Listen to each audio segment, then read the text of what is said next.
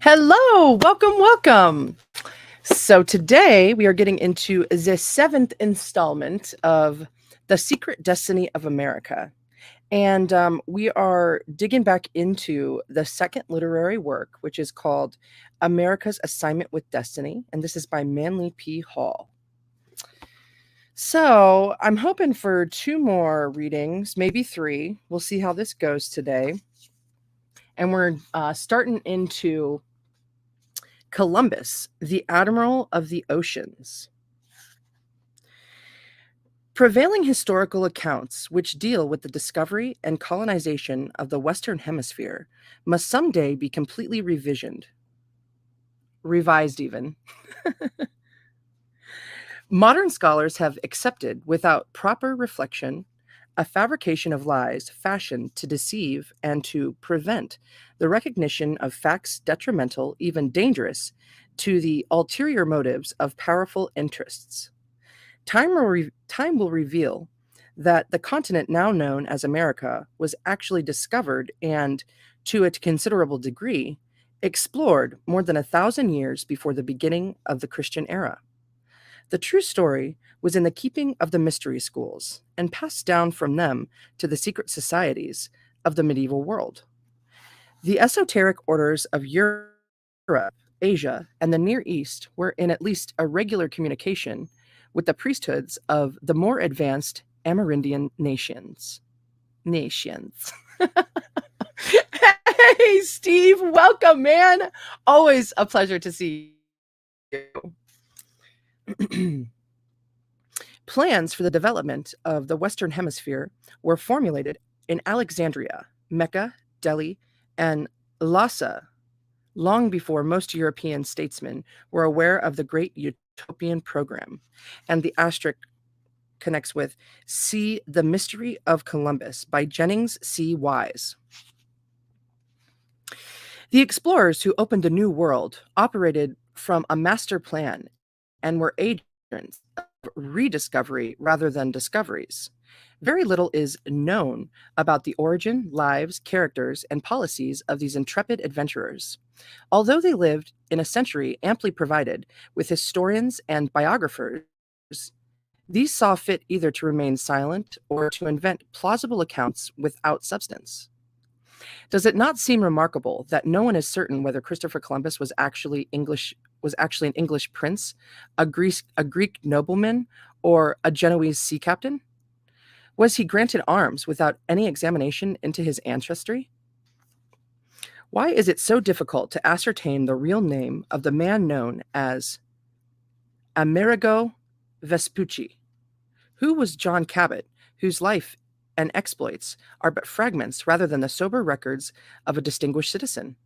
If these men were what they seem to be, there could have been no advantage gained by such elaborate concealment. If there were a mystery, that which was hidden must have been regarded as valuable. Plato described the vast continent of Atlantis, which sank beneath the oceans as the result of a seismic cataclysm. There are several possible interpretations of Plato's account. The lost Atlantis could represent a submerged body of knowledge drowned in a sea of forgetfulness. This would explain and justify Bacon's restoration of the fable, which was nothing more than bringing into the light matters long hidden. According to the Critias, the oceans became so agitated and laden with mud and slime that navigation to the west ceased. Ooh, can you imagine that? Sailors feared to go beyond the Pillars of Hercules towards those Hesperitic isles sacred to the mysteries. Even had Christian nations dared to violate the edicts of the secret schools, such audacity would have been held in check by the power of Islam, seated in the Holy House at Cairo, and the edicts of Lhasa, backed by the armed strength of the Mongol Empire. The East agreed to preserve the boundaries of Europe. If the European states would bind themselves in a solemn alliance to refrain from exploiting the resources of Western Hemisphere. Fear of a terrible retribution from beyond the walls of God and Magog prevented the popes from violating their agreement. And without the leadership of the church, the great families dared not engage in private projects. When the appointed hour came, the secret societies selected their own agents to initiate the program of exploration. Was Columbus then working, asks Grace A. Fendler, either as an individual or as a chosen representative of secret societies to bring into expression the old utopian ideals and to directionalize them across the seas? Certainly, this would go far to explain the charges of traitor, the seizure of all the books and papers, the destruction of all portraiture and likenesses, even to the usual mortuary busts and arms, and the complete disappearance of many of his literary works, including the Journal of the First Voyage and the Book of the Second Voyage. All this would then have been more inquisitional, would have been a mere inquisitional routine. With the rewriting of his biography more or less both of political necessity and a holy duty, the asterisk connects with see new truths about Columbus. Campanella, in his Civita Solis, causes a Genoese sea captain to be the guest of the Grand Master of the Knights Hospitallers. When Columbus, on the occasion of his first landfall, raised the standard of Castile, he also planted a banner of his own, consisting of a green cross on a white field. Was this a device of the Knights Templar? Hey, Alex, good to see you. Michael, too. Welcome in, everyone. Anyone that listens now or later's, lurkers, anyone, everyone.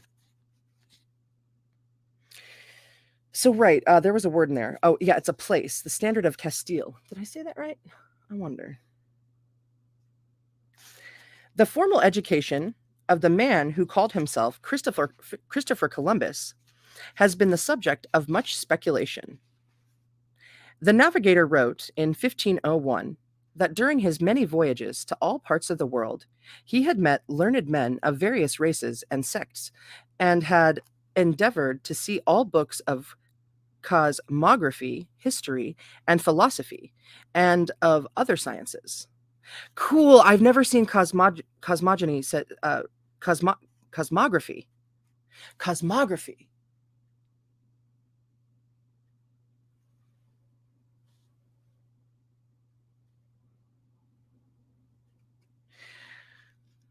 All right, well, maybe it's a little different. Let's look it up. Cosmography.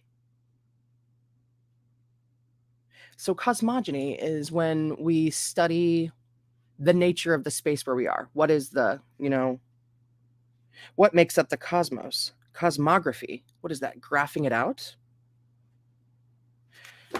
Is it the same thing? Let's find out. When I learned the word cosmogony, it totally heightened my whole life.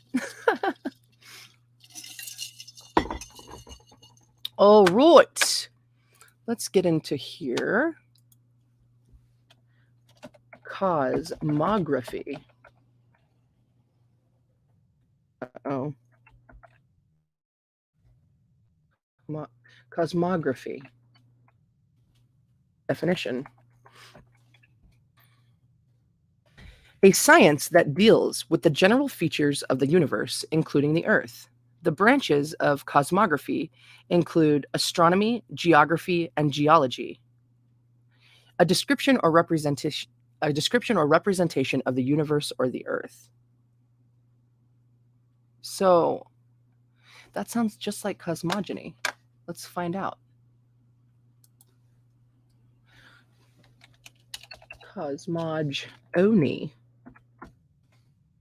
Boom. The branch of science that deals with the origin of the universe, especially the solar system. The theory regarding the origin of the universe. Okay. So cosmogony is specifically related to the origin. A theory regarding the origin of the universe. In their cosmogony, the world was thought to be a square, flat surface. Well, and then, okay, wait, cosmography, a description or representation of the universe or the earth.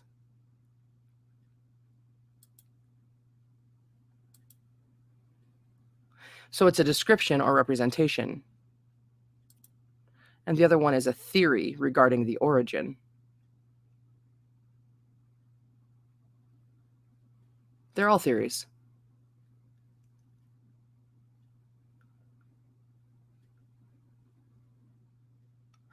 Interesting. All right, cool. It's very subtle, right? I got to keep it in my brain. All right, back to StreamYard. So, yeah, I didn't. Oh, yeah, okay, I'm on this page. That's right. Cosmography. Okay, so continuing on into that sentence, actually, we'll just do it from the top. Columbus has been the subject of much speculation. The navigator wrote in 1501 that during his many voyages to all parts of the world, he had met learned men of various races and sects, and had endeavored to see all books of cosmography, history, and philosophy, and of other sciences. If the admiral had seriously endeavored to examine early works on navigation, he undoubtedly had noted the references, brief but significant, by Homer, Solon, Aristotle, Pliny, and other ancient authors to distant lands beyond the great oceans. Plutarch's voyagers must have explored vast areas, and Verplanck Colvin summarizes the old accounts thus: in the days of Homer, or rather before his time, navigators traveled thousands of miles out into the Atlantic and back across it. They were guided in their voyages by the stars. And the asterisk says, see geographical and mathematical discussions of Plutarch's accounts of ancient voyages to the New World. Interesting. I bet that's a good read. Okay, so there's an awesome picture up here. And it says 15th century woodcut representing the landing of Columbus on the island of Hispaniola. And in Fula Malpenac. I'm not sure. I'm not sure what those words say. Okay, but I'll share it with you. Let me just get my zoom up here for some focusing. All right. How do I get her right up in there? Okay, now I have to look here. Okay, all right.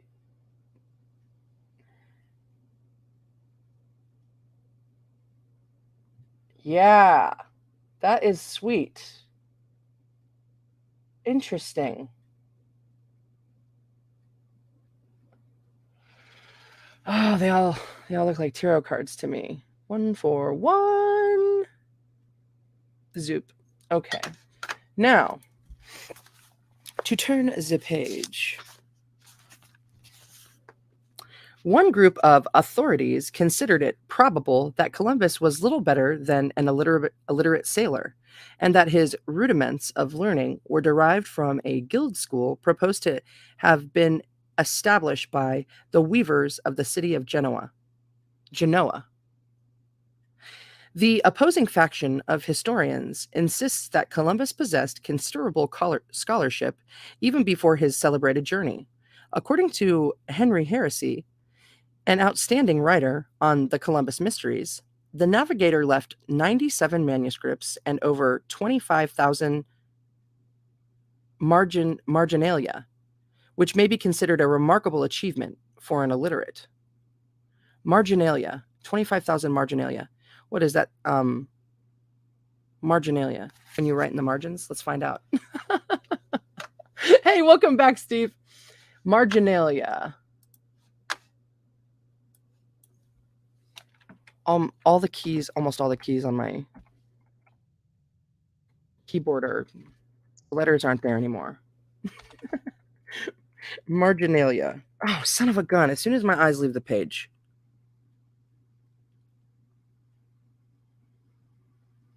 Marginalia, found ya. I'm on the right track.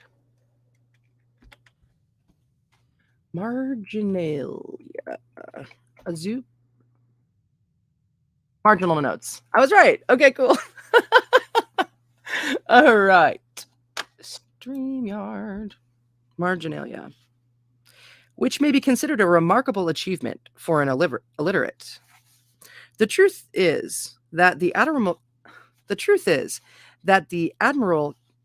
cannot be explained without reference to the secret societies, which were the peculiar custodians of the exact information which he required. The religious and mystical inclinations of the great discoverer are mentioned by most of his biographers. At times, Columbus dressed in a plain robe and girdle similar to the costume of the Franciscan order. It was reported by his son that Columbus died wearing a Franciscan frock. It is not known, however, that he was directly associated with this order, even as a lay brother. Several religious groups of the time, including fraternities known to be connected with the esoteric tradition, favored this kind of habit. Perhaps the peculiar I struggle on that word sometimes. Perhaps the peculiarities of his costume were overlooked or conveniently forgotten. The admiral regarded himself as chosen by heaven to fulfill a great mission, and was strengthened by the conviction that he was guarded and guided by the divine providence.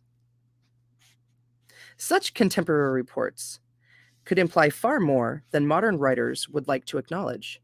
In those troublous times, it was customary for the members of the secret societies to conceal the true source of their instructions by some general statement about heavenly guidance. The mystical instincts of the admiral, his belief in miracles, prophecies, and the doctrine of preordination have been advanced by some critics as proofs of his mental instability. Referring to what he calls the colossal mystical self-confidence of Columbus, John Bartlett Brebner writes that it was so integral a part of the navigator that he could believe on one occasion in his voyaging that God had led him to the new haven and new earth of revelation, and in his darkest hour he knew that God spoke to him in encouragement. On his third voyage, the navigator believed that he heard the voice of God speaking words of strength and comfort. On his fourth voyage, when great emergencies threatened the entire enterprise, the admiral fell into a trance, and a voice spoke to him, "O fool, and slow to believe and to serve thy God, the God of all. What did he do more for Moses, or for David his servant, than he has done for thee?" And that asterisk connects with C, the explorers of North America.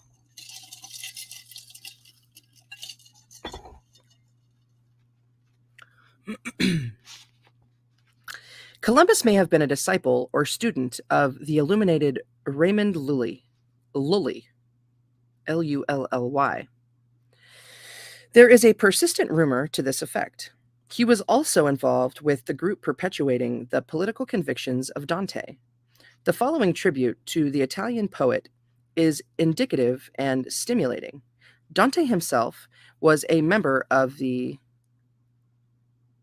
Albigensian Church, and it is said, for a number of years, officiated as pastor of that powerful organization in various European cities. He was a friend of Roger Bacon and an associate and advisor of powerful leaders in the ancient Order of the Temple, which was at the date of his death, while apparently at the summit of its power, actually nearing its disastrous end. Okay, wait, I feel like I have to read that sentence again.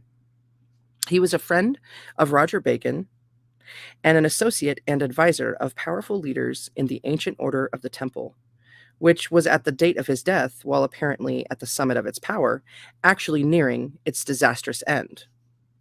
Dante is said to have been an initiate of the esoteric doctrines of the Templars. It says, C. Montana Mason, October 1921. Columbus made use of ciphers and cryptic allegorical expressions and figures of speech. While such ciphers are known to exist in his manuscripts, no systematic effort to decode them has come to public attention. Cecil Jane conjectured that Columbus, in his cryptic signatures, made use of something resembling a Baconian cipher intended to convey information which could not be directly communicated and to supply the clue to a secret otherwise carefully concealed. And then it says, see Contemporary Historical Review, Volume 1, 37. Incidentally, the Columbus signature ciphers are extremely reminiscent of the Albigensian papermaker's marks. All right, so let's find out how we say that big word. Albigensian. Mary wins! I love you too. Welcome. I had to look up this pronunciation. I looked up Chaldean today, by the way. It's Chaldean. All right, so Albigensian. Oh, that's an S. Albigensian pronunciation. Albigensian. Okay, cool. Albigensian. While we're on pause, I guess, I'll show you these pictures. So this shows Christopher Columbus's signature, which has all these cryptic symbols above it, right? How he signs it. It says a fragment of writing in the autograph of Columbus showing his cryptic signature. And then this other picture, which I'll show you while I'm in the zoomed in focus mode, it says Lorenzo de Medici, called the Magnificent, portrait by Vasari. Wow, interesting. It's all pixelated, so we won't get super great.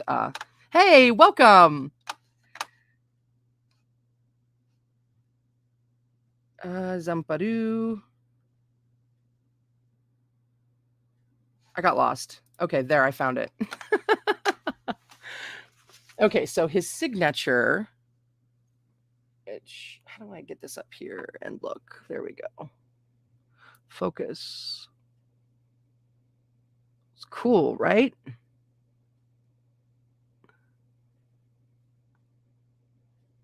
And then, okay, it's all backwards and crap. I struggle with this portion. It's a challenge.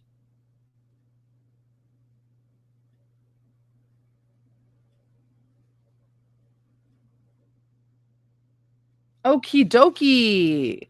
141. Boom. So, incidentally, the Columbus signature ciphers are extremely reminiscent of the Albigensian papermaker's marks. Seraphim G. Kanoutas, J.D., of the University of Athens, in his work Christopher Columbus, a Greek Nobleman, attempted to restore the early life of the great discoverer. His findings, calculated to sustain the title of his book, are most illuminating. The secret preparations for the colonizing of the Fortunate Isles, or the Blessed Isles of the West, were in the keeping of the Albigensian.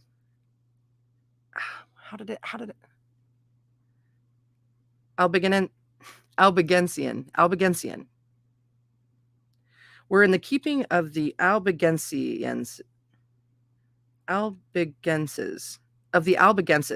the troubadours, and the chivalric orders of knighthood. The final phase of the exploration project was left largely to the erudition of Lorenzo the Magnificent, and the skill of Leonardo da Vinci. Erudition. I don't know what that word means. Okay, so I'm mid-page here with Lorenzo. Erudition. Let's look it up. Hey, Juice, welcome, welcome. Erudition. Okay. Erubit.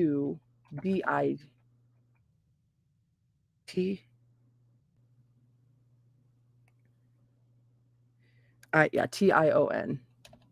Erudition. Definition. Boop.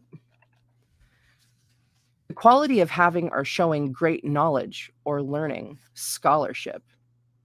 Erudition. Erudition. Cool. The quality of having or showing great knowledge or learning, scholarship. He was known for his wit, erudition, and teaching skills. Ooh, cool. Erudition. That's awesome. Okay, let's get some more chapstick and we'll get right back at it.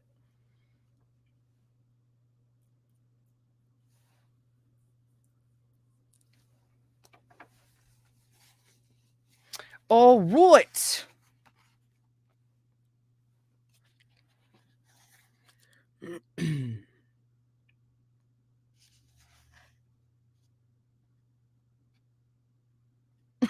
Where is it, Lorenzo? I see you. Okay. The final phase of the exploration project was left largely to the erudition of Lorenzo the Magnificent and the skill of Leonardo da Vinci. Lorenzo de' Medici was a distinguished Platonist, a patron of secret societies, the founder of an important philosophical school, and the subtle adversary of the Borgias. Borgias? Leonardo was a faithful agent of the great Florentine prince, and one of those men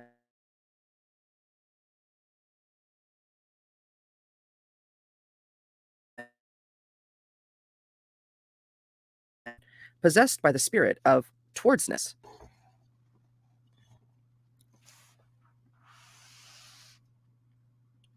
Dang, can you guys see me? I just had like an internet thing happen. Oh no, Mary. You are healing supernaturally. I'll keep you in my healing thoughts too. Are you all able to hear me? It looks like my internet's back. There's always a delay. Okay, awesome. Thank you.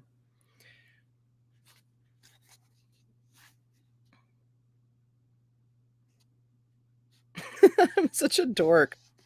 Okay.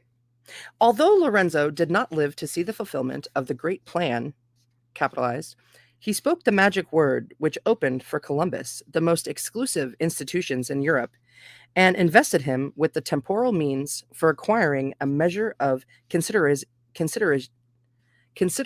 from liberal princes and scholars. Ooh, easy for me to say.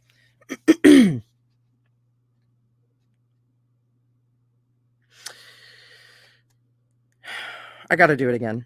Although Lorenzo did not live to see the fulfillment of the great plan, he spoke the magic word which opened for Columbus the most exclusive institutions in Europe and invested him with the temporal means for acquiring a measure of consideration from liberal princes and scholars.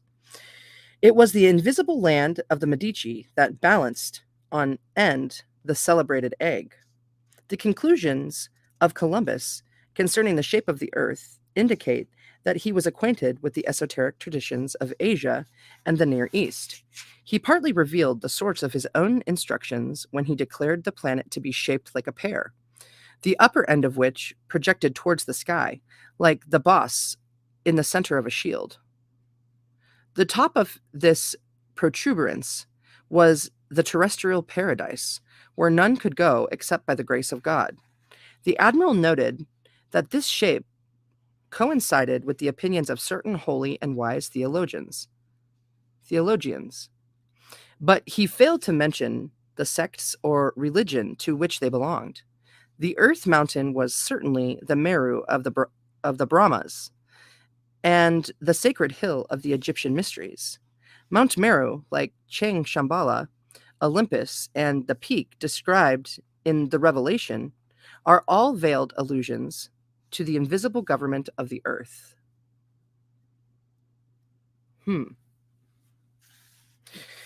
Nor should it be assumed that all historical uncertainties centered around Christopher Colon, or Colin, I'm not sure, C-O-L-O-N, the dove of Genoa.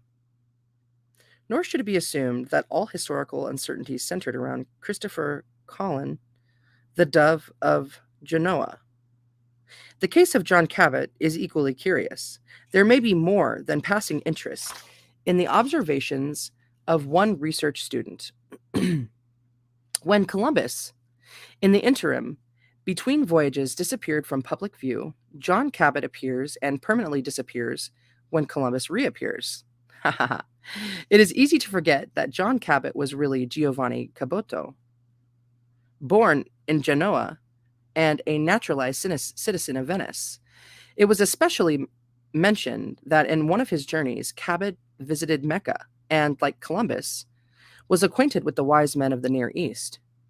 It has even been suggested that he had contacted the religious and political convictions of the secret Christian sect of the Johannites,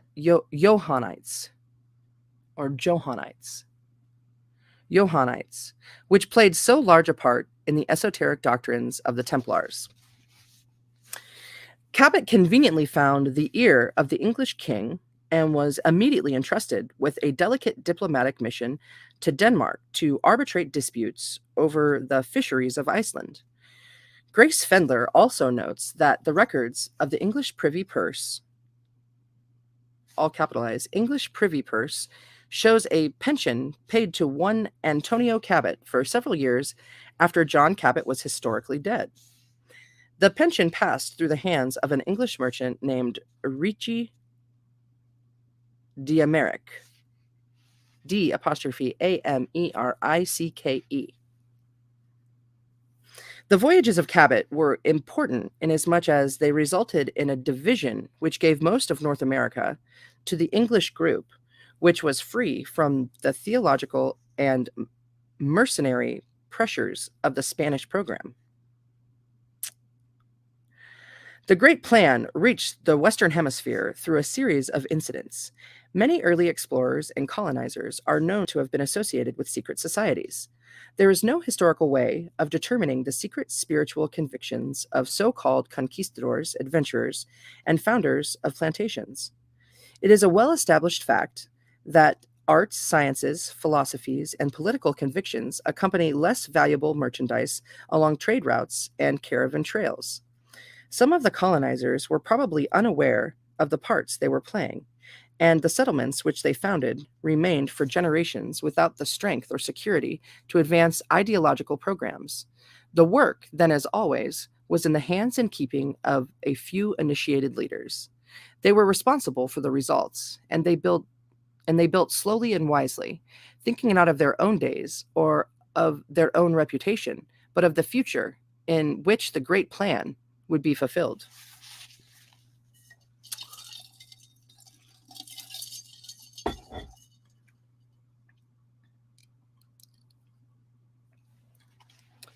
The colonization scheme. The political intrigues which Queen Elizabeth had inherited from Henry VIII plagued Her Majesty's advisors throughout her long reign. Henry had rebelled against the papacy, ousted its clergy, closed its Masonic houses, confiscated its properties, and established the Church of England. Spain, motivated by both religious and secular considerations, was resolved to control England. The Spanish ambassador at the court of the Tudors was the moving spirit behind an elaborate program of espionage, and all that he could learn, glean, or deduce was dispatched post-haste to his royal master, the King of Spain. While serving his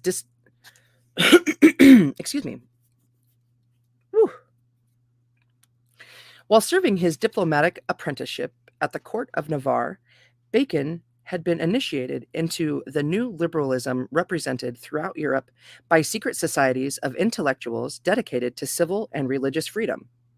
He returned to England fully aware of the intentions of Philip II, the Spanish king. Later, when the moment was propitious, I just looked that one up, right? Propitious, that's how you say it. Propitious, he threw the weight of his literary group with the English colonization plan for America in order to prevent Spanish dominations of the New World. The same political considerations apparently also induced him to develop Freemasonry as a further bulwark against the encroachments of the Spanish plot. Cherishing as he did the dream of a great commonwealth in the New Atlantis, Bacon was resolved to prevent his plan from being frustrated by a dominant clergy, supported by an entrenched aristocracy. It was necessary for Bacon to conceal both his purposes and the machinery for their fulfillment from the Spanish spies. If the project were prematurely revealed, it could precipitate a desperate political situation. With many courtiers secretly sympathizing with the cause of Spain, and Elizabeth's claim to the throne questioned because of Henry's numerous divorces, it was impossible to use such conventional channels as were provided by an uneasy government. Bacon protected both his cause and his country by acting privately and maturing his schemes within the hollowed walls of the Inns of Court. There, in the sanctuary of the martyred Templars, who had earlier felt the full weight of ecclesiastical displeasure, he labored industriously to fashion wings for the White Horse of Britain. White Horse of Britain, all capitalized. The rapid progress of England in the second half of the 16th and the first half of the 17th centuries was due not only to the appearance of a select coterie of wits, but also to the more liberal atmosphere which resulted from Henry's religious house cleaning. After the Armada, the issues were partly clarified, but it still remained vital to protect and enlarge the English interests in the Western Hemisphere. Incidentally, the ships of the Armada carried 90 Spanish inquisitors, 90 Spanish inquisitors, with all the paraphernalia of their office ready to set up the Inquisition in conquered England. The Pope had already claimed the three Americas for the Church, but the English colonizers were resolved to dispute this claim with every resource at their disposal. Okay, so there was a word up here. I got to look it up. Coterie, Coterie, coterie of wits. And then I'm on the last paragraph here. Coterie of wits. Erudition, quality of showing great knowledge or learning, scholarship. Shoot, coterie, Coterie, coterie definition. A small group of people with shared interests or tastes, especially one that is exclusive of other people. A coterie of friends and advisors. Coterie. Coterie. Okay, I got it. I said it right. Woo! Okay.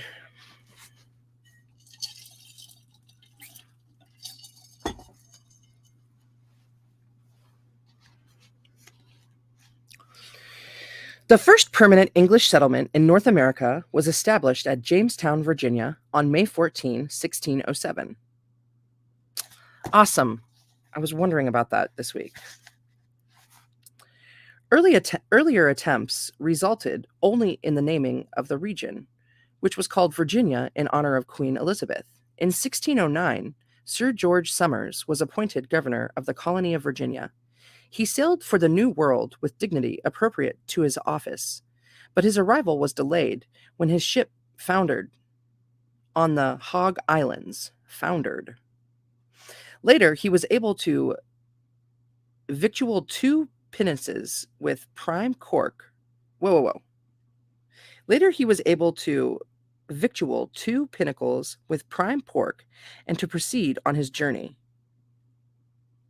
The Hog Islands, so named because of the wild swine that infested them, were renamed the Somers Islands in honor of Sir George Sir George's impromptu visit. Ultimately, however, these islands were called the Bermudas after the Spanish navigator Juan Bermudez. Okay, so victual, victory. Later, he was able to victual 2 pinnacles with prime pork and to proceed on his journey. Victual, Victual. And then I'll show you guys a picture. Victual.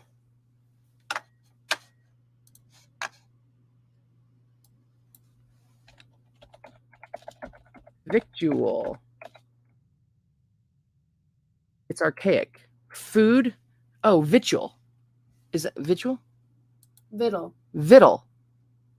Food or provisions. Oh, okay. I don't think I ever saw it written before. Victual. Victual. Victual. Later, he was able to victual 2. Oh, makes a whole lot better sense, right? Later, he was able to victual 2 pinnacles with prime pork and to proceed on his journey. Okay, so this says the Somers Island shilling, a picture of their currency. StreamYard. All right, let's show you this coin. And let's get, where's my cursor? Boom. And this focus, okay.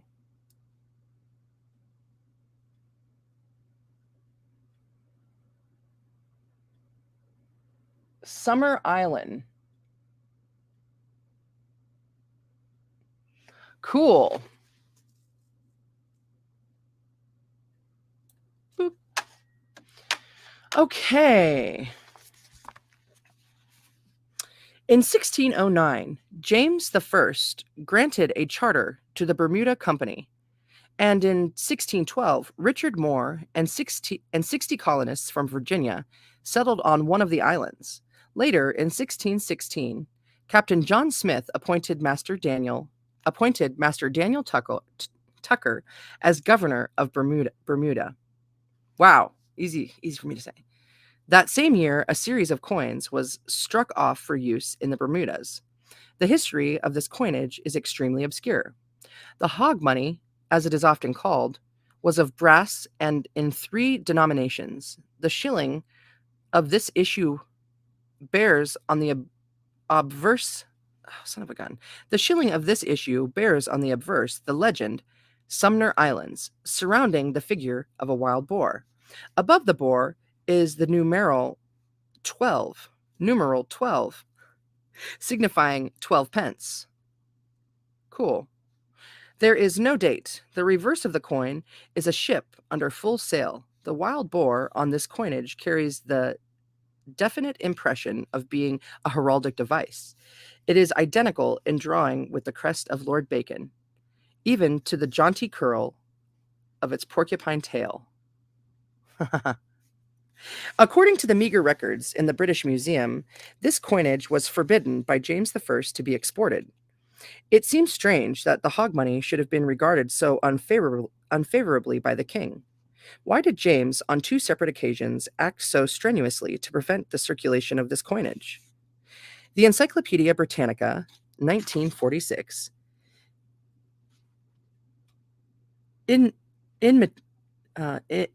intimates, son of a gun. The Encyclopedia Britannica, 1946, intimates that the coins were struck in America, but numismatic catalogs describe them as made for America. From the evidence of the coins themselves, it would seem that the hog money was a definite landmark bearing witness to the operations of the secret society directing the early colonization program. The Bermudas, huh? That's where my folks went on their honeymoon. The adventures of Sir George Somers were quickly adopted to high drama by the literary workshop at Gray's Inn. The most obvious example of their ingenuity was The Tempest. This play first appeared about 1.5 years after the governor had been shipwrecked. According to the chronological chart of the Shakespearean plays, The Tempest was first acted in 1611. The play was played a second time in 1613, but was not published until the Great Folio of 1623. It is supposed that the play was written between 1608 and 1610, but there is no data as to whether or not it was among those rewritten before final publication. The character of Prospero, magician, philosopher, and Duke of Milan, is believed to be based upon a historical person whose name was Prospero Colonna. It is interesting that Columbus usually signed himself Colon, and that Lord Byron has been referred to as the Little Columbus of literature.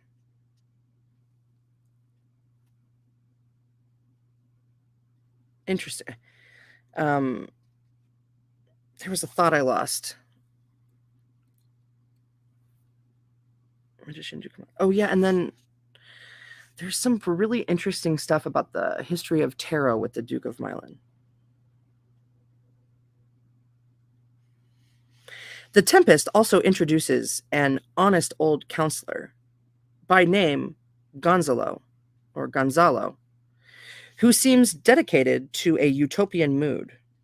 He refers to the Magic Isle as a commonwealth and explains that if he had a plantation there, a term used in describing colonial grants in America, he would design it along communal lines, concluding, all things in common nature should produce, without sweat or endeavor, treason, felony, sword, pike, knife, gun, or need of any engine. Would I not have, but nature should bring forth of its own kind all foison, all abundance, to feed my innocent people. What's foison? Let's look it up. Foyzon. Victual. Foison. Foyzon.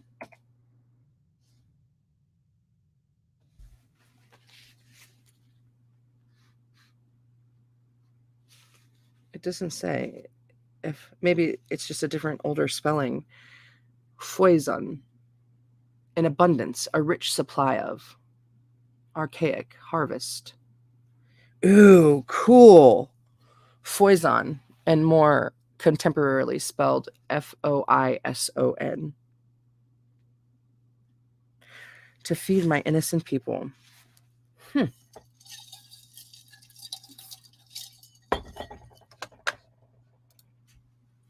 Chrissy, welcome. Hello, my girl.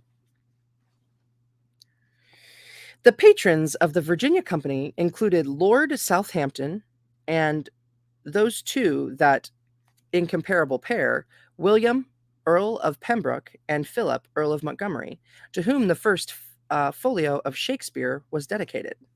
These excellent gentlemen also permitted the use of their names as patrons of that company of actors which included William Shakespeare, a tight little corporation to say the least. So elaborate a plan would not have been necessary had the colonization program involved nothing more than the granting of land and royal favorites. It makes little practical difference whether the flora and fauna of the Tempest resembles the Bermudas, or, as Dr. Hale suggests, corresponds more closely with the Cuttyhunk Island off the coast of Massachusetts.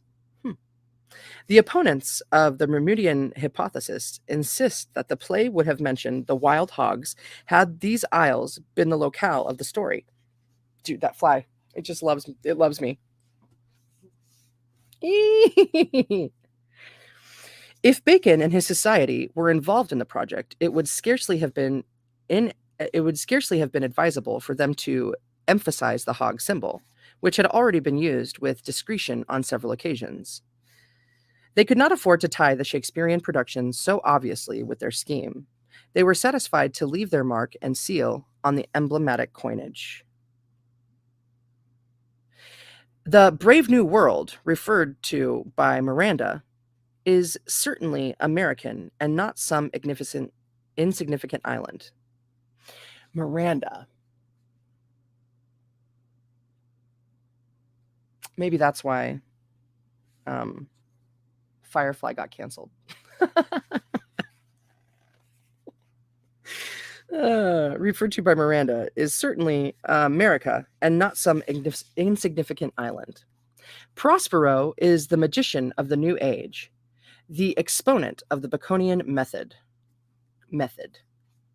He binds, it said that, I wasn't saying that.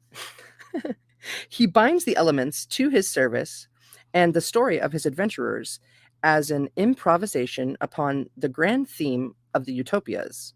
It was also in this brave new world that he buried his magic staff and drowned his book, that is, concealed in appropriate places the formulas which were the secret of his power.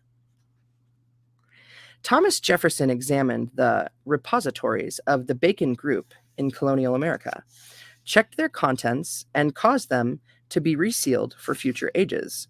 Several attempts have been made to locate these philosophical tombs, including excavations in England, Newfoundland,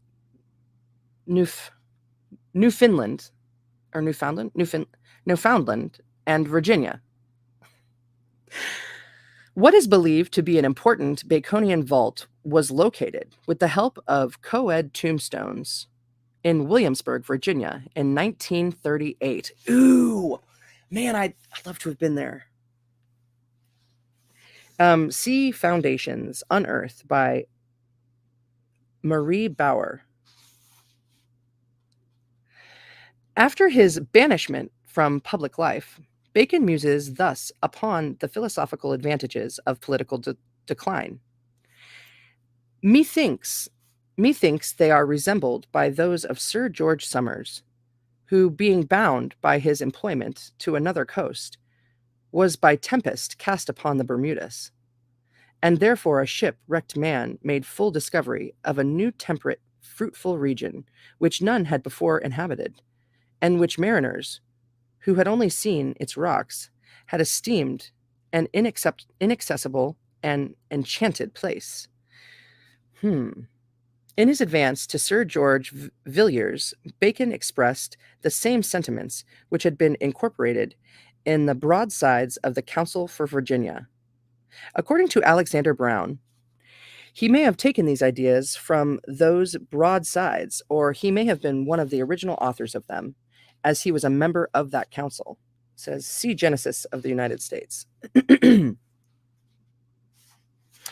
The same author was so impressed by Bacon's references to tempest and the inaccessible and enchanted Bermudas that he asks, may not Bacon have aided Shakespeare in compiling some of his plays?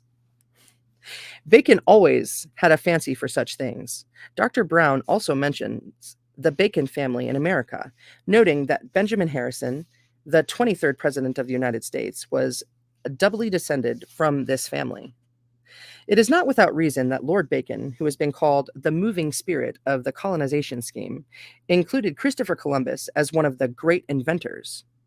See The New Atlantis, which we might read that one.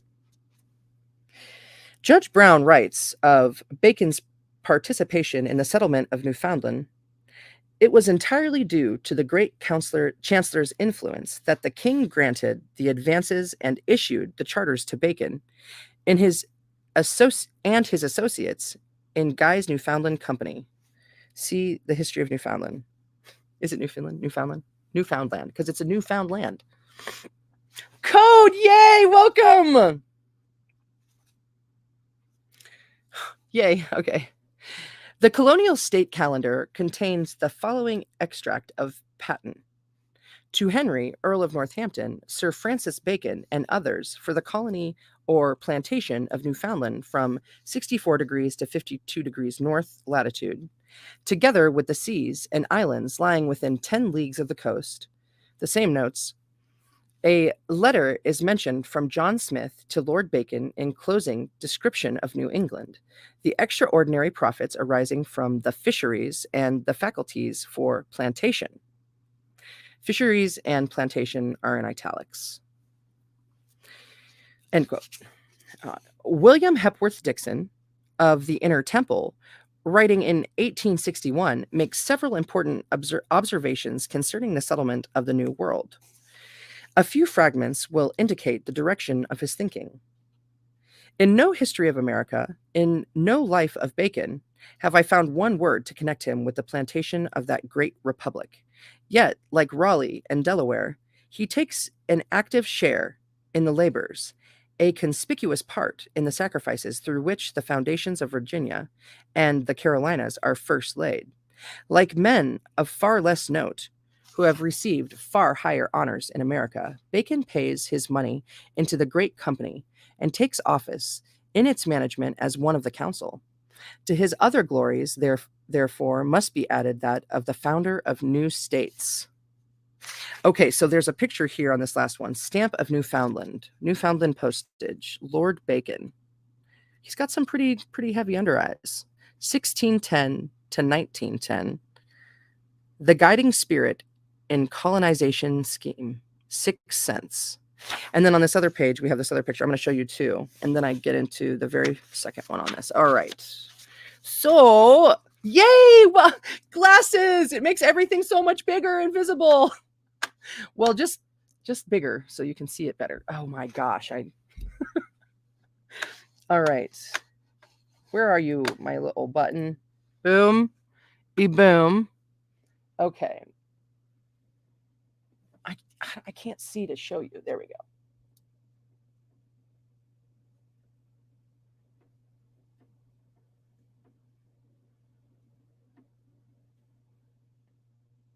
Awesome. And then on this next page, I know I'm all blurry, but I'm going to show you this other picture. Sir Walter Raleigh portrait in the first edition of his great folio volume, The History of the World. Right? Okay, so I mean, I have to read that. I want to know what he thought the history of the world was. Vera effigies, claris, viridam, gualtheri, Raleigh, Ivu, R. A spear, arrows, a book. What is that? A pod of sorts? Sir Palace. Okay. Oh, yeah. Sorry. Or rather, I apologize. 141. Boom. Okay. All generous spirits rush to the defense of Virginia. Bacon joins the company with purse and voice. Montgomery, Pembroke, and Southampton, the noble friends of Shakespeare, join it. A fleet, commended by Gates and Somers, sails from the Thames to meet on its voyage at sea those singular and poetic storms and trials which add the Bermudas to our empire and the Tempest to our literature. 175 years after Walter Raleigh laid down his life in Palace Yard for America, his illustrious blood, paid for by Gondomar in Spanish gold, the citizens of Carolina, framing for themselves a free constitution, remembered the man to whose genius they owed their existence as a state. They called the capital of their country Raleigh. I loved it when I lived in Raleigh, by the way. The United States can also claim among their muster roll of founders the no less noble name of Francis Bacon. Will the day come when, dropping such feeble names as Troy and Syracuse, the people of the great republic will give the august and immortal name of Bacon to one of their splendid cities? See personal history of Lord Bacon. Sir Walter Raleigh, a distinguished member of the Baconian circle, made the mistake of confiding his private plans for his South American expedition to the king. James promised to keep the secret with his honor, but hastened to whisper it in the ear. Dude, please, I know, I just calm down, Allie B. That fly is driving me nuts.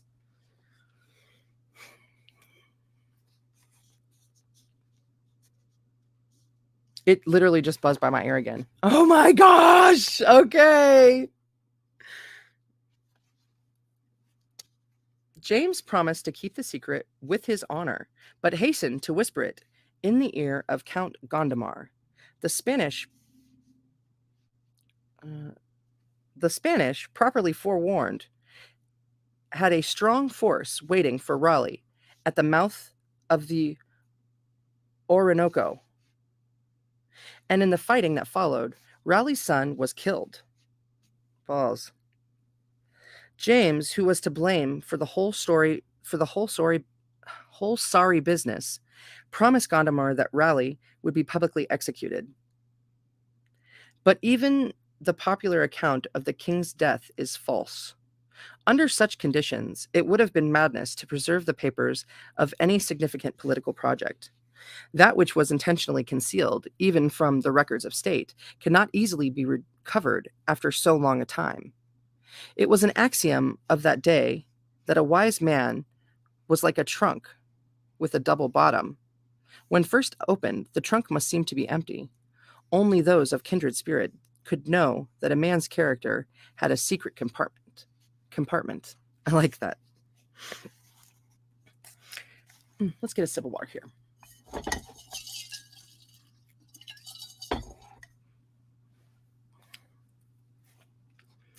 James Spedding, an outstanding authority on Bacon's life, writes, "We learn incidentally from one of Bacon's apophthegms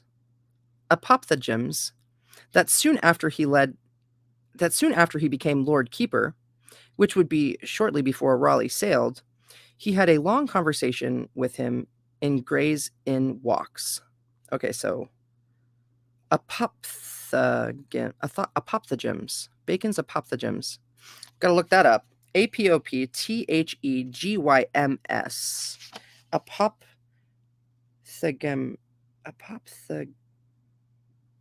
Oh, let's find out. Foison.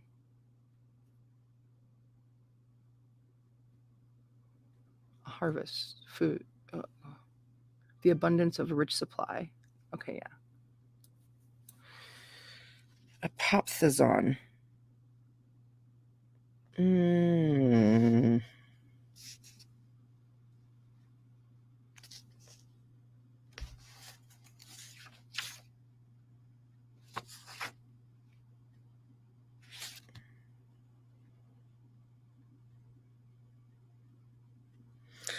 Dude. It's a huge word.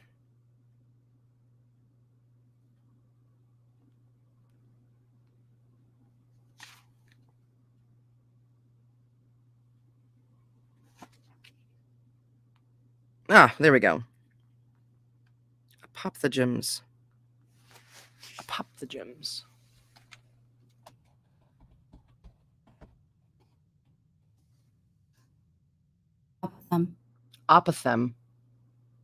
Apothems. A concise saying or maxim. An aphorism. Apothem. Cool. Apothems. Why is it spelled that way? Apothems. Okay. That's how I choose to spell it too. Let's see here. James Spedding, an outstanding authority on Bacon's life, writes, "We learn incidentally from one of Bacon's apothems.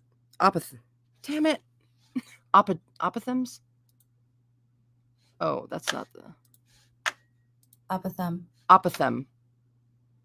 Thegum. Apothem. We learn incidentally from one of Bacon's apothems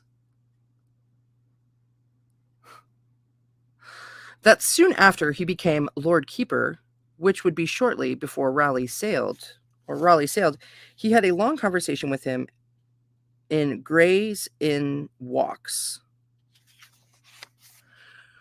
We are not told what the subject was, but it must have been interesting and was probably important, for it was then that he kept the Earl of Exeter so long waiting upstairs.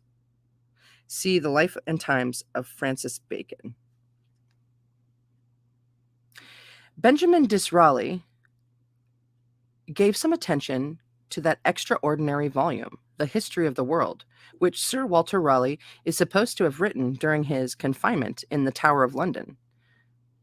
Disraeli, which is spelled Disraeli, whose scholarship equipped him to weigh the difficulties of so vast a project, concluded that Raleigh, whose natural inclinations and opportunities bellied the work, must have received. Oh, wait. This is a big one, right? This is a lot of. Must have received considerable assistance from other wits. Okay. Disraeli, whose scholarship equipped him to weigh the difficulties of so vast a project, concluded that Raleigh, whose natural inclinations and opportunities bellied the work, must have received considerable assistance from other wits. He listed several candidates for the honors of co-authorship, but if Disraeli stated the dilemma skillfully, his solutions are inconclusive. The only names of interest which he advanced were the Earl of Northumberland and Ben Jonson, Jonson.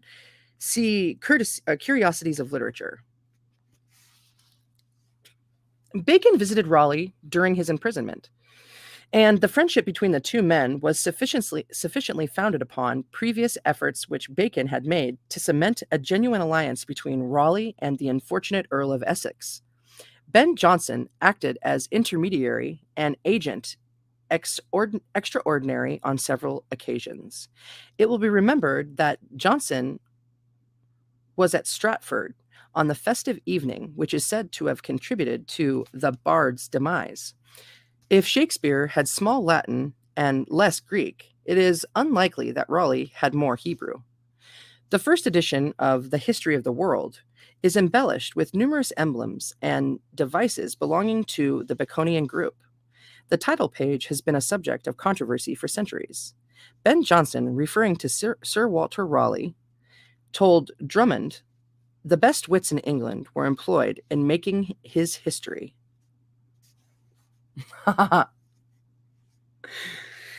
Bacon became a member of the Virginia Company in 1609. The charters of that year and of 1612, drafted by Sandys, were prepared for the king's signature by Sir Henry Hobart and Sir Francis Bacon. To Bacon's interest in the colonies, testimony is borne by William Strachey in the dedication, dated 1618, of a manuscript copy of the History of Travail into Virginia, Britannia. Your lordship, ever approving yourself a most noble fautor, which is Fautor, and then it says in parentheses, favorer, fautor, cool, of the Virginian plantation, being from the beginning, with other lords and earls, of the principal council applied to propagate and guide YT.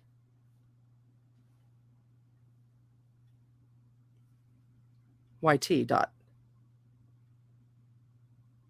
One of the reasons why there is so much difficulty in tracing Bacon's activities in connection with the plantation is that the records of the Privy Council to the year 1613 were destroyed by fire at Whitehall in 1618. Incidentally, the boundaries of the original Virginian colony extended to the west coast of California. Charles Mills Gailey divides the group instrumental for the foundation of the Virginia Company of London into two sections, the liberals or patriots and the imperialists, who supported the king in reserving to the crown the right to form the government of the colonies and plantations. The conflict was the real source of the Revolution of 1775, which resulted in the complete independence of the American colonies. Among the liberals, Gailey includes Christopher Brooke and John Selden. They were both in their hours of ease, poets after a fashion, members of the pastoral coterie of the Inns of Court. Brooke's bosom friend was the poet Donne, Donne, Donne, and was also intimate with Shakespeare's fellow dramatists. dramatists. He was also intimate with Shakespeare's fellow dramatists, Jonson and Drayton, and his epic dramatic admirer, Davies of Hereford. Gailey shows the usual systematic indifference to Bacon's part in the colonization plan, and the few references which he makes to his lordship are consistently derogatory. He does, however, mention that Bacon, in his essay Of Plantation, which was not published until after the great Chancellor's death, appeared to agree with the practical phase of the Liberals' policy. Gailey says Bacon may have collaborated with Sandys, but his interest in the colonies was romantic and always for the glorification of the crown. In a speech given at Grey Inn's Hall, an American, the Honorable James Beck, remarked that the two charters of government, which were the beginning of constitutionalism in America, and therefore the germ of the Constitution of the United States, were drawn up by Lord Bacon. He added that Bacon, the immortal treasurer of Gray's Inn, visioned the future and predicted the growth of America in the memorable words, "The kingdom from first in his majesty's time hath gotten a lot or portion in the new world by the plantation of Virginia and the summer islands, and certainly it is with the kingdom of the earth as it is in the kingdom of heaven. Sometimes the grain of mustard seed proves a great tree." In a speech touching the recovering of drowned mineral works, prepared for the Parliament by the Viscount of St. Albans, the Lord High Chancellor of England indicated his intention of making an immediate and practical application of his philosophical theory. Bacon's words should be carefully studied, for here is a remarkable example of double meaning. He says, "For by this unchangeable way, my lords, have I proposed to erect the academical fabric of the islands Salomon's house," essay Salomon's? Salomon's, not Solomon. Salomon's house, modeled by my new Atlantis. And I can hope, my lords, that my midnight studies, capitalized, to make our countries flourish and outvie European neighbors, also capitalized, in mysterious and beneficent arts, capitalized, have not so ingratefully affected the whole intellects, capitalized, that you will delay or resist his majesty's desires, and my humble petition in this benevolent yet magnificent affair, since your honorable posterities may be enriched thereby, and my ends are only to make the world my heir, and the learned fathers of my Salomon's house, the successive and sworn trustees, in the dispensation of this great service, for God's glory, my Prince Magnificence, this Parliament's honor, the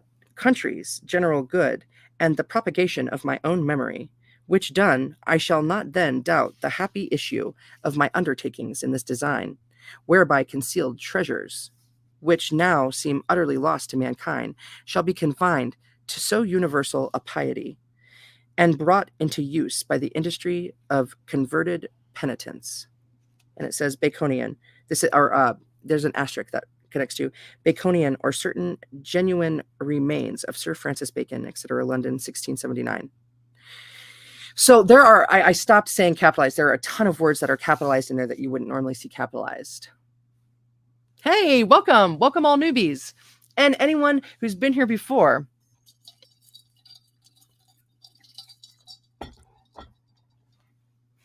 For midnight studies, works in darkness or secret projects should be read.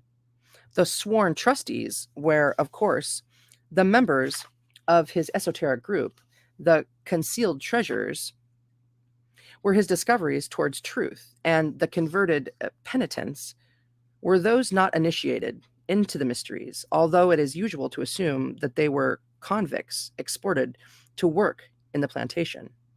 Okay, so there's a picture here. Sphera civitatis. Veritas.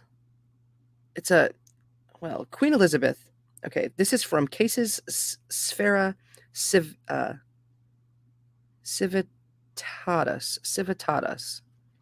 Queen Elizabeth as the presiding genius of the sphere of moral virtues. Okay, and then I'm on the next page, right? Let's see here. Boop-a-doop-a-doo. There you are. I'm on this, and now I can see.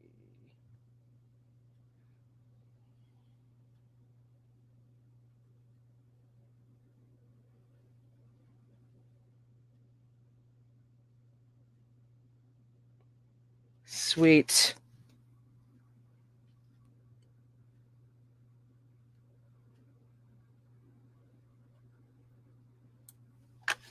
Oh, right.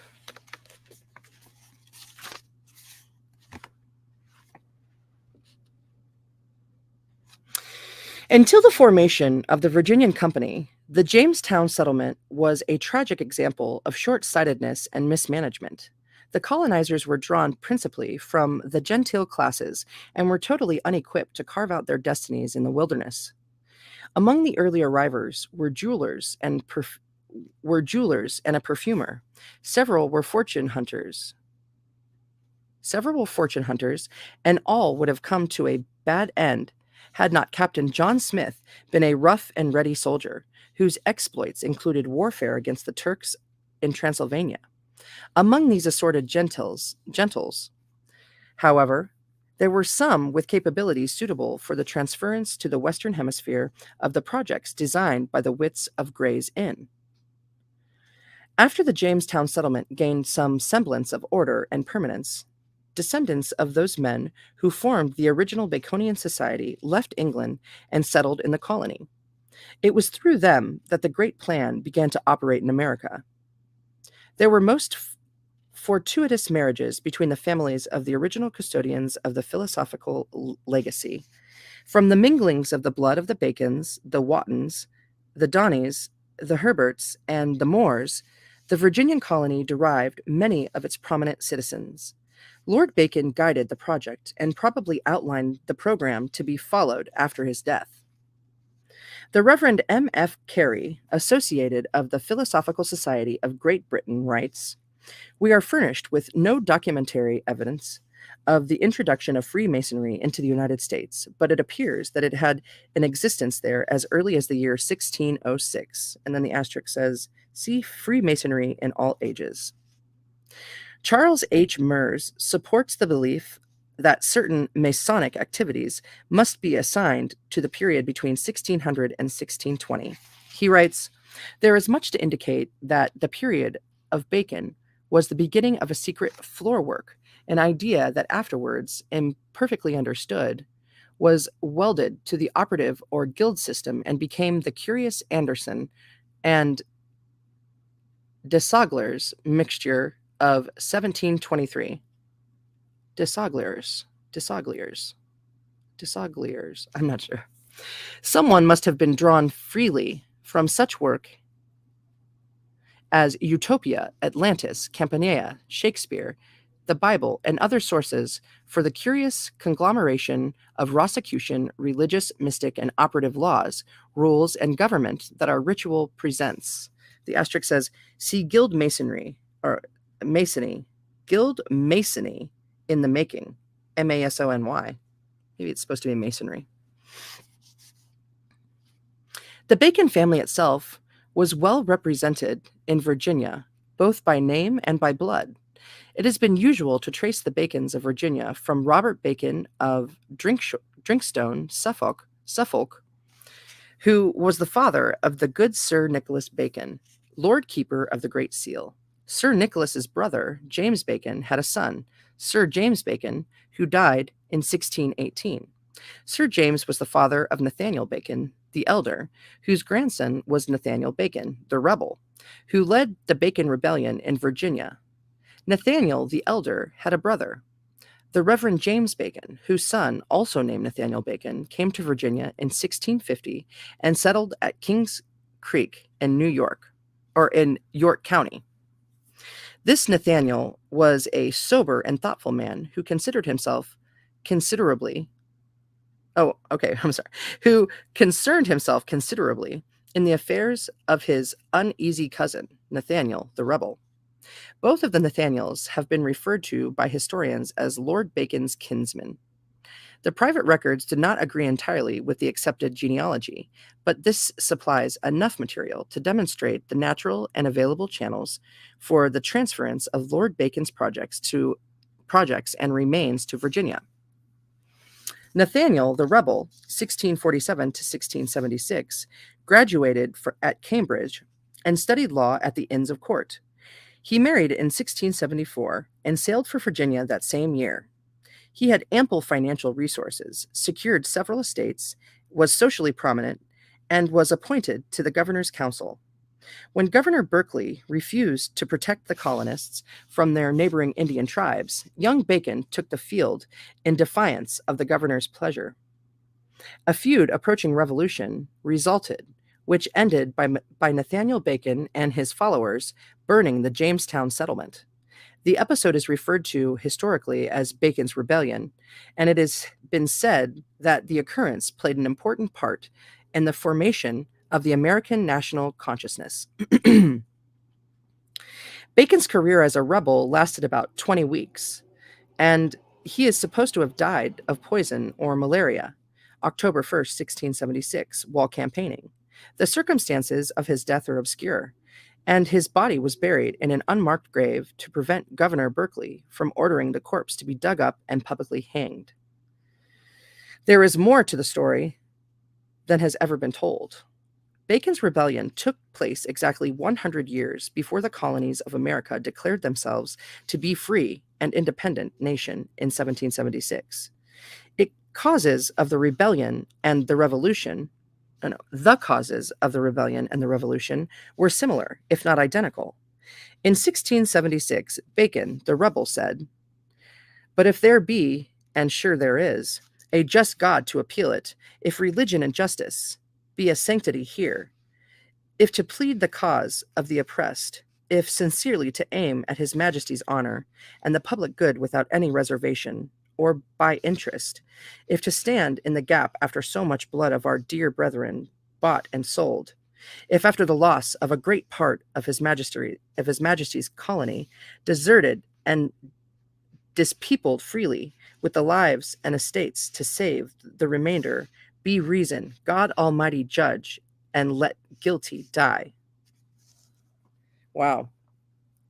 And the asterisk there says Old Virginia and Her Neighbors by John Fiske, Fiske.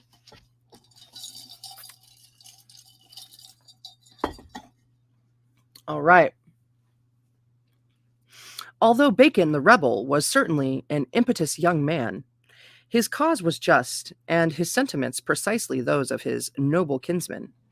Governor Berkeley represented the same entrenched tyranny against which the Universal Reformation had been fashioned and perfected. In justice, however, it should be noted that Berkeley was summoned to England to explain his conduct. The king refused him audience and is credited with saying, "That old fool has hanged more men in that naked country than I have done for the murder of my father." Berkeley died the following year of vexation.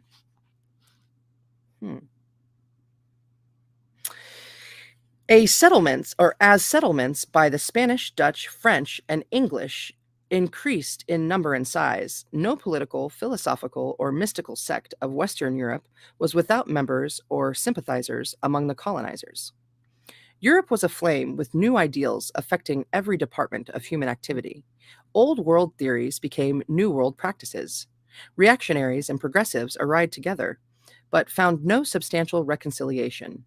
Nonconformists continued to be persecuted and found it necessary to seek refuge in the wilderness or among friendly Indian tribes. Little has been made of these dissensions, and the dissenters themselves have been traditionally regarded as troublesome. It is difficult to restore the pattern of submerged activities converging a period when historical records were scanty and subject to destruction. It is certain, however, that between 1610 and 1660, a mass of material concerned with the development of the plan for America was transferred from Europe to the Western continent for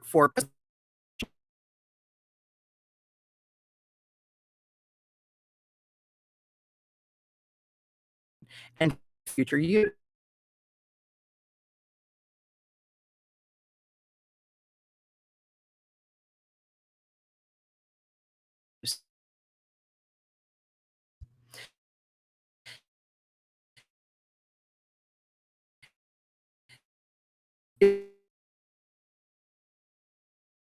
It is is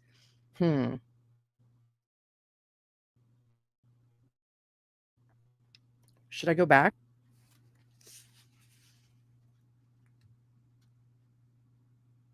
It is difficult to restore the pattern of submerged activities covering a period when historical records were scanty and subject to destruction.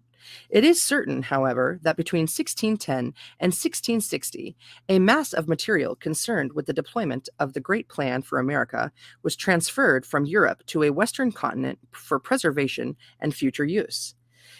It is shallow thinking to assume that the secret societies operating in Europe, the Freemasons, the Rosicrucians, and the Fellows of the Royal Society, had no representation among the colonies until the beginning of the 18th century. The confusion is due not to the lack of such activity, but to the inadequacy of available records. Reverend Edward Patterson, in his History of Rhode Island, page 101, refers to a Masonic document found in America which says, "In the spring of 1658, Mordecai Campanall, Moses Pecaco, Levi, and others, in all 15 families, arrived at Newport, America, from Holland. They brought with them the first 3 degrees of Masonry, and worked them in the house of Campanall, and continued to do so, they and their successors, to the year 1742. Campanall, Campaunall.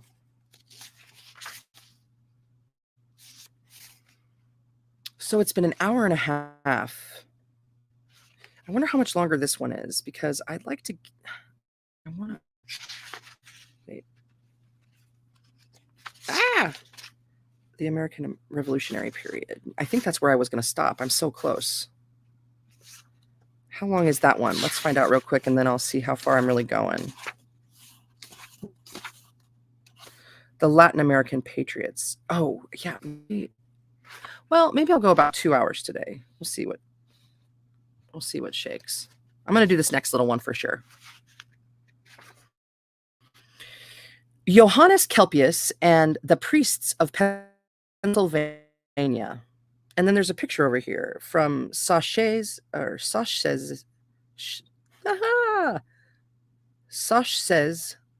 the German Pietists of provincial Pennsylvania. The only known likeness of the Magister from the original painting by Dr. Christopher Witt, now in the Historical Society of Pennsylvania. Yeah, it's very blurry. Okay, so let's find the zoom. Focus.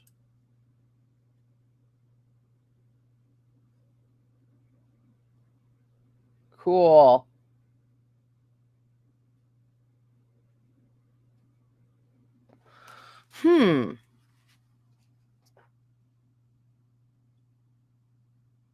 Boop. Okay, so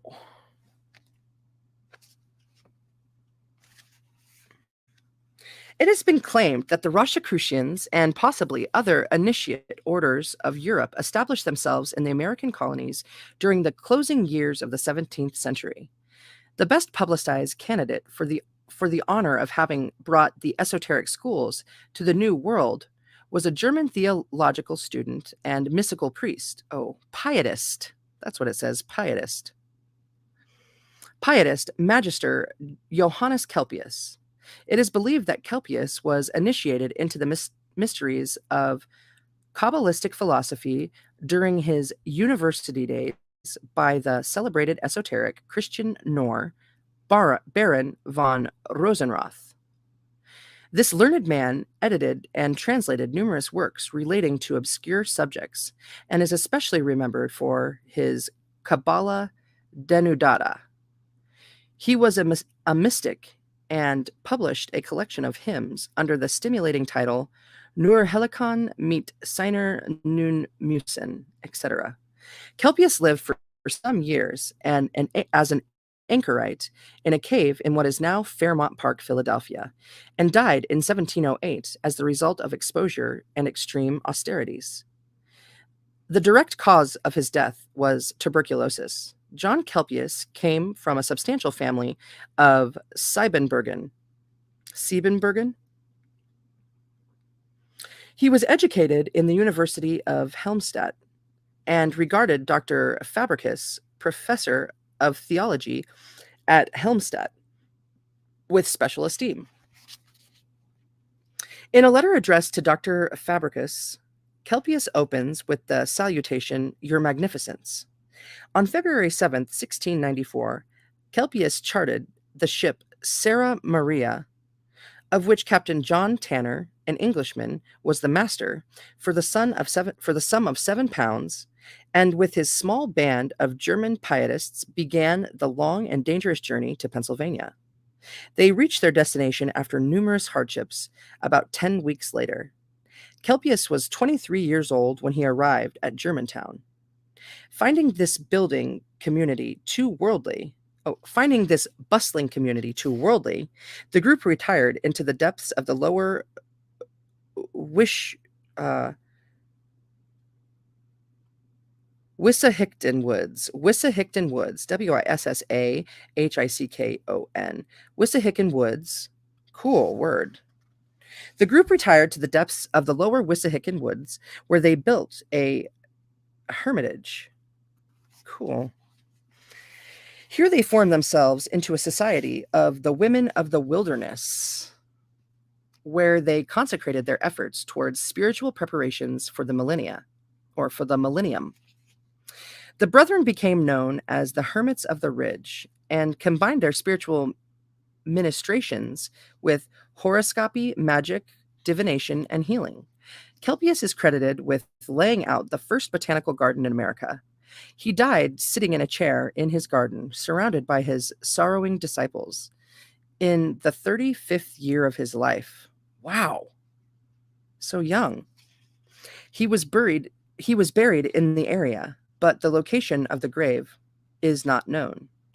His community passed with him, although a few of his celibate followers survived him by many years. Most of the group joined the Mennonite community at Ephrata, and others returned to the simple religious life of the Germantown citizens. The little sect of solitudinarians left little more than a gentle but eccentric tradition in the New World. In the library of the Frank institutions at Halle in Saxony, it's Francke, Frank institutions at Halle, Halle, in Saxony. Oh, excuse me. There is a manuscript in the autograph of Pastor Heinrich Muhlenberg, which describes the death of Kelpius. Feeling that his end was near, the magister called in his trusted friend, Daniel Geisler. He handed Geisler a small chest or casket securely sealed and told him to cast it into the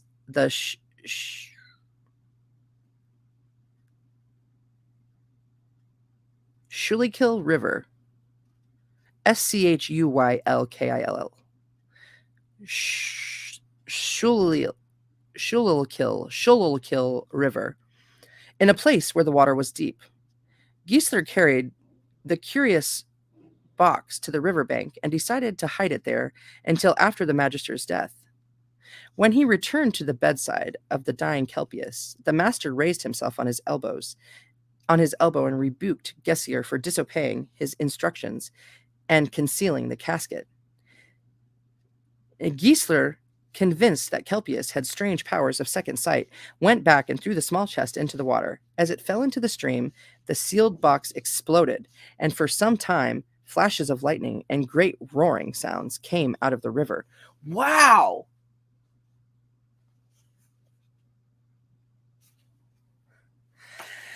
Kelpius, writing in 1699, explained the origin and doctrines of his order. The Pietists were conscientious objectors to the corruptions existing in the organized theologies. Their reforms were accompanied by ecstasies, revelations, inspirations, illuminations, in-speakings, prophecies, apparitions, changing of minds, transfigurations, translations of bodies, fasting, paradisical representations of voices, melodies, and sensations. Ooh, it is difficult to conceive that the Rosicrucians, as they were known through their original documents, would lay claim to such procedures. Pietism, a 17th century mystical sect, arose modestly in Frankfurt as a spiritual revolt against the intellectual orthodoxy of German Protestantism. It spread moderately, and the members gained inspiration and comfort from the mystical teachings of Jacob Boehme. That makes a lot of sense. Its principal leaders were Philip Jacob Spencer and August Hermann Frank, or Frankie. It was Spencer who instituted the famous Collegia Pietatis, a kind of meeting of minds for the study of sacred matters. Frank, a Hebrew and Greek scholar, was learned, virtuous, and industrious, and much admired in the community where he resided. The Pietists held many Puritan convictions, indulged millenarian speculations,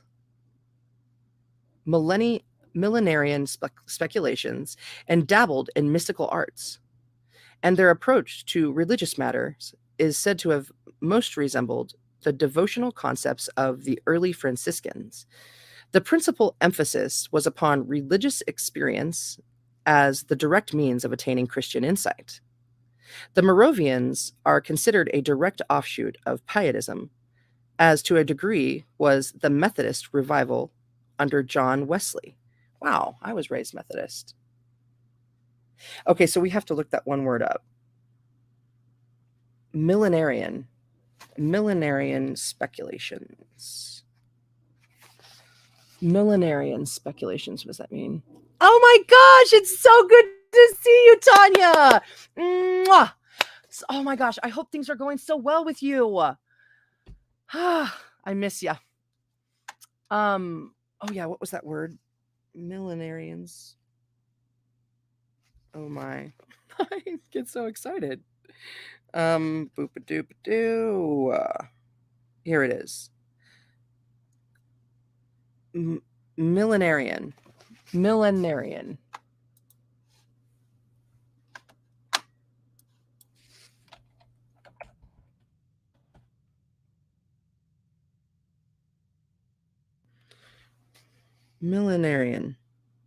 Okay, wait. I don't know. Millenarian.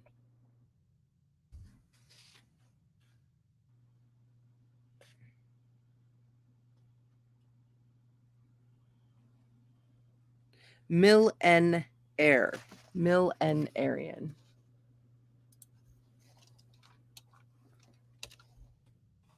Millenarian. Relating to or believing in Christian millenarianism, a person who believes in the doctrine of the millennium. Okay, that's actually what I was thinking. It was along the lines of. A person who believes in the doctrine of the millennium. Mainstream theologians argue that millenarians misuse scriptural prophecies. Millenarian. What? Millenarian. Millenarian. Okay, yeah. Oh, yeah. I was thinking about narrating this Everything is Light, the incredible interview with Nikola Tesla in 1899. That's not what I meant to click, though. There we go. Okay. Well, this isn't working anymore. Let's just take it out. Go like these. And that's better. Okay. The Pietist held many Puritan convictions, indulged millenarian speculations, and dabbled in mystical arts, and their approach to religious matters is said to have most resembled the devotional concepts of the early Franciscans. The principal emphasis was upon religious experience as the direct means of attaining Christian insight. The Moravians are considered a direct offshoot of Pietism, as to a degree was the Methodist revival under John Wesley. Although the Pietist communities in Pennsylvania were given to mystical speculation, even to a little Kabbalism and folk magic, few genuine Rosicrucian landmarks have been discovered among their remains. They were religious enthusiasts, and the inner circle was so devout in its practice of continence that it became extinct within 50 years. Magister Kelpius seems to have studied astrology and the metaphysics of Jacob Boehme, and relics relating to these subjects are scattered about the valley of Ephrata. Some of the Pietists gave thought to alchemy, attempted the calculation of the millennium, located water with the divining rod, and wore magical amulets and talismans. They were second Adventists, and a few believed second Adventists, and a few believed that they would be translated bodily into the spiritual world without suffering physical death. Dr. Julius Frederick Sachse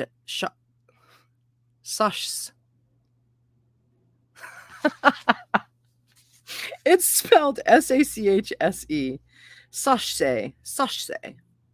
Dr. Julius Frederick Sachse was the principal historian of the Germantown communities which flourished in and about Lancaster County, Pennsylvania, during the 18th and early 19th centuries.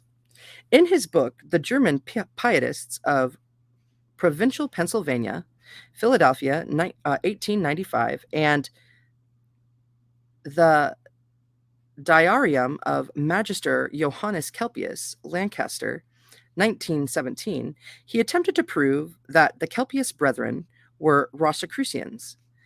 As the original Pietists never claimed such an association, Dr. Sachse based his conclusions upon circumstantial evidence. He advanced seals, signets, ornate symbolic crosses, fragments of mystical rituals, and certain books and manuscripts discovered in the area to support his opinions.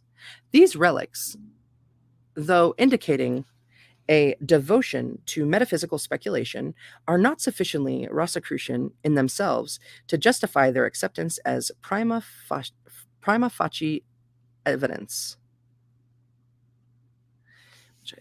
I don't know if I said that right. Prima facie evidence.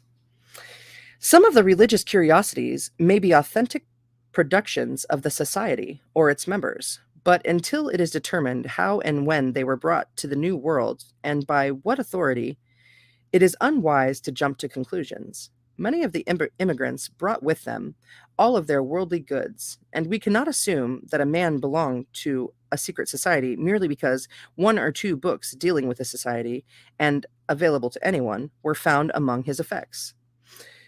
Through the courtesy of the daughter of the late Dr. Sachse, it has been possible to examine the Rosicrucian manuscript formerly belonging to him and some other German metaphysical books which he regarded as indicating Rosicrucian influence. Zimmermann, the astronomer who predicted the end of the world in 1694, was a close friend of Kelpius. Certainly, the prophecy was a failure, and it scarcely seemed reasonable that the Rosicrucian Brotherhood should move to Pennsylvania via the good ship Sarah Maria, and there organize themselves out of existence by the extremeness of their vows and religious obligations. Oh. On the other hand, it is quite possible that Kelpius was a member of one of the semi-secret Adventist movements, which had strong followings in Germany and the Low Countries. His manners of life indicate that he was bound by religious obligations and bound others to himself and the cause which he represented by similar vows. He did not, however, fulfill the requirements set forth by the manifestos of the Rosy Cross, which insisted that members of the society remain inconspicuous by refraining from any public practices that might draw attention to themselves. Because almost nothing is actually known about the mystical convictions of the Kelpians, their part in the transference of esoteric lore from Europe to America has been considerably exaggerated. There is nothing whatever to prove that, as a sect, they were more than they appeared to be, and that they laid down most impertinent footings. Individual members probably were acquainted with the Reformation projected by secret societies on the continent and in England, but these signs and portents were interpreted as foreshadowing the approaching millennium. The Pietists would scarcely have been devoted Second Adventists. The Pietists would scarcely have been devoted Second Adventists had they any vision of an extensive program for the building of a new social order in the Western Hemisphere. Nor did their activities imply any plan for the future or any program for the expansion of the philosophical or mystical aspects of their belief. There is not even the suggestion that Kelpius selected a successor or had any intention of transferring any authority, spiritual or temporal. Among the unusual religious groups that settled in Pennsylvania were the Mennonites, the Labadists, the Dunkers, the Neugenborern, the Schwenkfelders, and the Moravian Brethren. Most of these sects held convictions that could be interpreted as mystical. In all probability, however, the Rosicrucian descent was established considerably early by the English colonists of Virginia. The mystics of the Wissahickon, according to the actual words of Kelpius, shared the convictions and perpetuated the doctrines of the Quietists and Chiliasts, Chiliasts, who struggled for existence among the Protestant communities of Germany and Switzerland. The priests were channels through which books on Kabbalism, alchemy, astrology, and the Hermetic arts reached the New World. Thus, they contributed to the westward motion of the philosophic empire.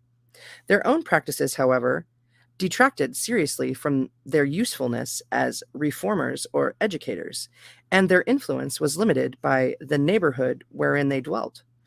Kelpius was a devout man, possibly well learned, but most of his followers were more earnest than informed, and there seems to have been no vision among them of a broad or enduring ministry.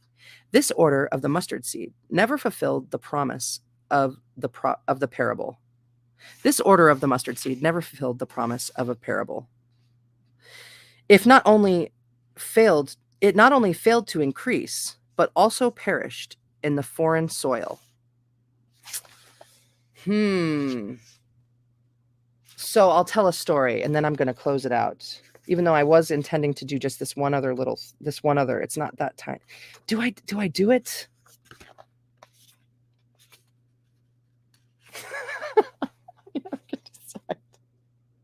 Let's just go with what I was saying. I'll end up with a story about a mustard seed plant. When I was born and raised in California. And there was this one day that I had gotten a kite, and it was a gift, and we were out flying the kite. Well, it was the first time I'd ever flown a kite before, and I didn't know that when you got to the end of the roll that it wasn't just like tied there. They used just like a really cheap piece of tape, just like this clear piece of tape at the end of my roll. And so there went my kite, which was amazing. It was so awesome. It was a really, really nicely made kite. It wasn't just some sort of plastic paper kite. It was, it was wood and fabric. And after I lost it, we just watched it continue to fly higher and higher and higher for hours. And that night there was a storm, and I watched it until I couldn't see anymore. I watched it until it was out of my own vision.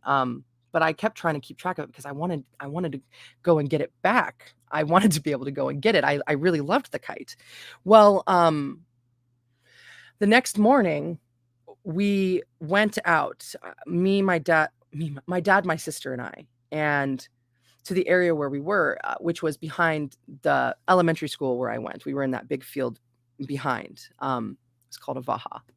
And behind there, it was all just dirt and rock, and it wasn't anything that had been anyways, I settled. I think now it's all houses, but developed. That's what I was trying to say. Well, we found the string to my kite back in this rocky mountainous region. And we followed it and followed it and followed it, and because it was held in the sky all night through that storm by the seed by a tiny little mustard plant, for real. Like, it was a mustard plant that held my kite to the same area, and I was able to retrieve my kite and fly it again. So yeah, to make a short story long, easy for me to say. The mustard seed. I told that story in church too, because I was raised in a Methodist church with my family, where I got to learn about music and socialization and all kinds of cool things, right? But yeah, the mustard seed holds a special spot in my heart. So yeah, thanks for being here with me today, everyone, and any listeners that come later. Yeah, it was a good long read today. We're coming up on 2 hours, and I'll probably go live again tomorrow. We'll see what shakes, but we're getting real close to the end of this book, and yeah, good time. So I wish you wonderful, wonderful Tuesday. Is it Tuesday? It's Wednesday. Is it Wednesday? It's Wednesday, and it's the full moon. So yeah, we be manifesting. I'll see y'all very soon. Mwah. Thank you. And